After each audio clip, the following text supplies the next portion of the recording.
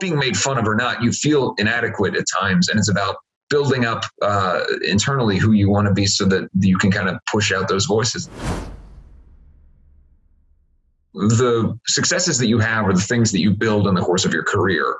Very often, at least for like, what you might call underground rock or whatever you want to refer to it as, those things are not seen necessarily by the mainstream. And so it's almost like it's a fun thing for people to discover and find these bands and artists that maybe they didn't know about. And then you can find this like kind of huge bevy of information and history and fandom and the viability of so many bands that are my peers and artists in kind of my peer group that I came up with have such incredibly vast and not just from a release perspective, but who they are and the personalities and all this stuff. There's just so much out there that people don't know about. And it's always fun when people discover kind of our corner of the world. Can I say, and I hope I don't, I'm hoping this is not offending you, but it's a compliment, is that when I see you and I see how you're transforming yourself, I see David Bowie. It's most certainly a compliment. That is, there is very few things that could be as sort of when it comes to like somebody who does go through those eras and creates and was just such a prolific artist. Whether it's the Ziggy Stardust era, Thin White Duke era, whatever era, there's very few things that stand the test of time like that, like the art that he created. So to even be mentioned in a similar breath is a huge compliment to me. Well, it's just because I watch you and I see this very, very sensitive soul at the back of everything that you put out. And I'd love to learn a little bit about that. Yeah, I mean, I think there's a certain level of self-expression that requires you to be able to kind of take the journey on whoever you're going to become. I've talked a lot about early in my career. I started so young. I mean, I started really touring significantly when I was 18. Prior to that, I was doing regional touring and everything else. And I was on the road, and in a world where the average kind of median age of everybody else around me was early to mid 20s, to in some cases late 20s, early 30s. That was kind of the standard for which everybody that I was kind of spending all my time with was. And so I was, I think you put on airs and you try to assimilate and you try to make yourself into something. And all along that path, there's that self-discovery where you're figuring out beneath all these layers and things that you're kind of building up for yourself, who are you at your core? And I've been fortunate to be able to have a career that's people have supported me. People have allowed me to have these different endeavors. And that is most importantly allowed me the opportunity to discover kind of who I most want to be at this point in my life. And a lot of people don't get that. Certainly sensitivity is a factor in that. I have always been a big baby. So, but that's, and that reared itself in different ways when I was younger, where if anybody would ever disagree with me in any capacity, it was very difficult for me to get past that. And, sometimes to the behest of stopping shows and yelling at people in the crowd and everything else for people that would, flip us off or yell at us. And the funny thing is now, I still feel that same level of fuck you or whatever you want to call it, but it's more so then I'm just going to do what I want and you'll have to deal with it, as opposed to stopping my own forward progress. But I think that's present in just about every artist on any level. You have to have the ability to compartmentalize the importance of creating and making something new and building yourself up, and then also the kind of like fuck it, can do attitude.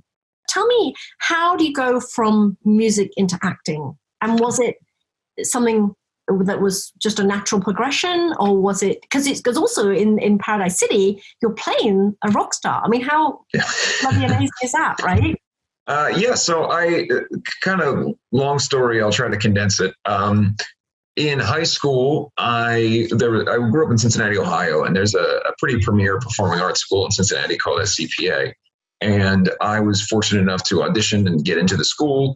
I was a drama and vocal music major. I only picked drama because I always liked being on stage, but I didn't really invest too much in acting other than I just thought it would be fun. And I grew up loving musicals and just the kind of the all-encompassing performance thing. And so, but I always thought of myself as somebody who's going to be a singer in a band.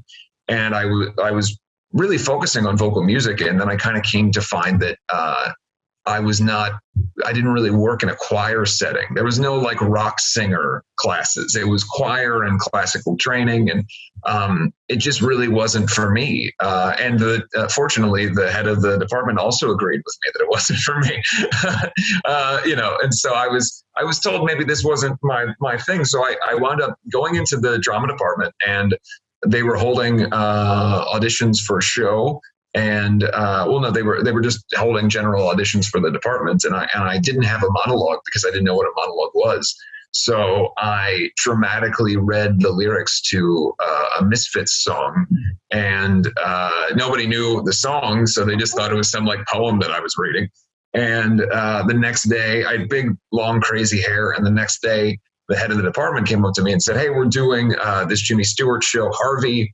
Our lead dropped out, and do you want to be an actor? Do you want to do this?" And I, of course, the instinct was to bluff and go like, "Oh yes, of course, I would love it. I'm very good at that. I will kill it. Of course, I can be the lead in your show."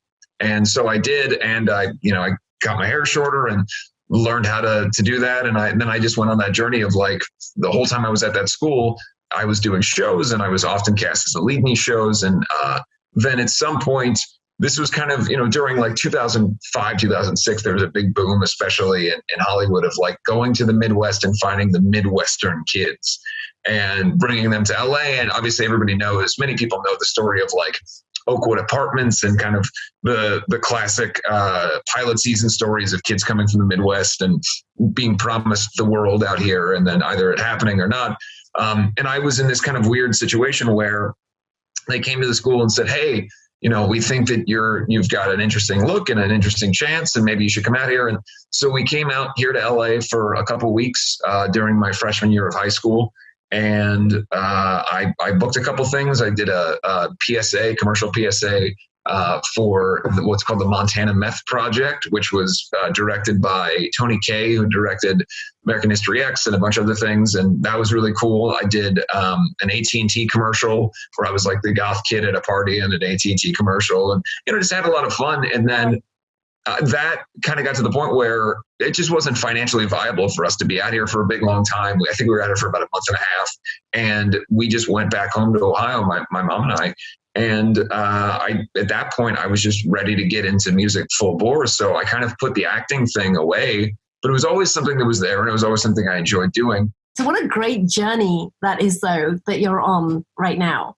Now, part of that journey is that you are interfacing with and strapping with all the social media and the generation Gen Zs that are ruling the world. For me, I grew up, I'm in like the first generation of people who kind of grew up on the internet, right? Like by the time I was in high school, I had MySpace, which MySpace parlayed into the next thing, into the next thing, the next thing. And so by the time I was touring, I was an early adopter of Twitter, and Instagram was out. And so all these things are things that from the time I was a teenager, I was growing up with. So it was several years before Black Veil kind of started hitting that you could still be on Fuse or MTV or whatever it was with music videos. But for me, the beginning of my career was first music video goes on YouTube, first announcements or things are going on social media platforms. So my comfortability is pretty much complete when it comes to that being the place that I connect. I think that what that has done is it's allowed an opportunity for, much is made about the fear people have of social media culture and the kind of like thumbing their nose at the idea that the youth having this much of a voice is a bad thing or whatever else. And I think a lot of that it's misdirected. The reality is the more informed people are, and the younger they are when they have information and access to information, the less the ridiculous kind of structure that's in place where there's only one means of education, there's only one means of a viable life, there's only one means of getting through to the next level of kind of information or enlightenment. Touche to that. That's fantastic. So Andy, let me ask you, what makes you so bloody smart? Yeah, tell me about your mum. I mean, is it an upbringing? What did your mum feed you that made you so kind of astute to what's going on? I would attribute anything that I have when it comes to interest in intellectual pursuits down to my family. My parents, both my mom and dad, are extremely intelligent people and never treated me like a little kid. Even when I was a kid, the conversations in my house were always about what was actually happening in the world. And that fed an interest for me to kind of learn things. The reality was I'm very fortunate in that, my grandmother was a chemist. My grandfather was Ivy League educated. My parents are both extremely intelligent people, but the pursuit of knowledge wasn't about traditional structured education so much. Like for me, I'm a high school dropout. I didn't get good grades in high school, and I didn't do well in a traditional schooling system. And I was told that I was dumb because of this. And then I would take tests and score highly on these tests, and they go, wow, that doesn't make any sense because you're a dumb kid. But so the reality is, because of that, I always bucket the idea of the traditional schooling system. I have had arguments with friends that are teachers, and I try to advocate for people. Yes, school is important. Yes, getting an education is important. But if you're not interested in learning something for yourself, the things that are being parroted to you and the facts that you're learning for a short period of time that you're then parroting back for test purposes or just getting through it, that's not education. That's not information. That's just a party trick.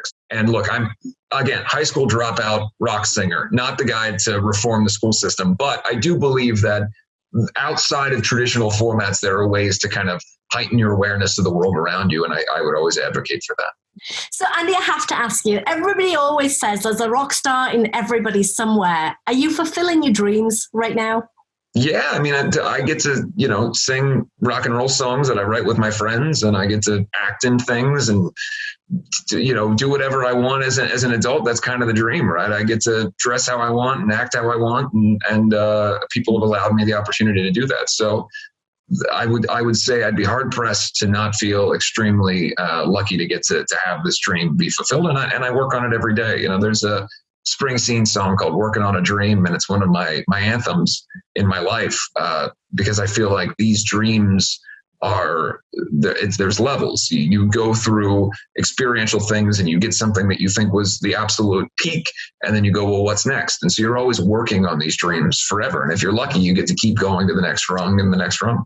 So do you feel, where do you see yourself in 10 years? I don't know. To be honest with you, I've never really looked at things in that far off. I try to keep it as like single year bite-sized things. Okay.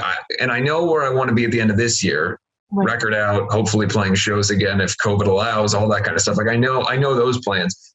But I've never looked at things in a grand plan, and maybe that's why I try to do so many things in a given year. I think if you have like a 10-year plan, you're just waiting for that 10 years to come. Yeah. If you have a 1-year plan, you're rushing like hell to get everything you can in because you may only have 1 year to get it done. So, I try to give myself these like tangible finish lines and do everything I can in between point A and point B to get as much done as I can.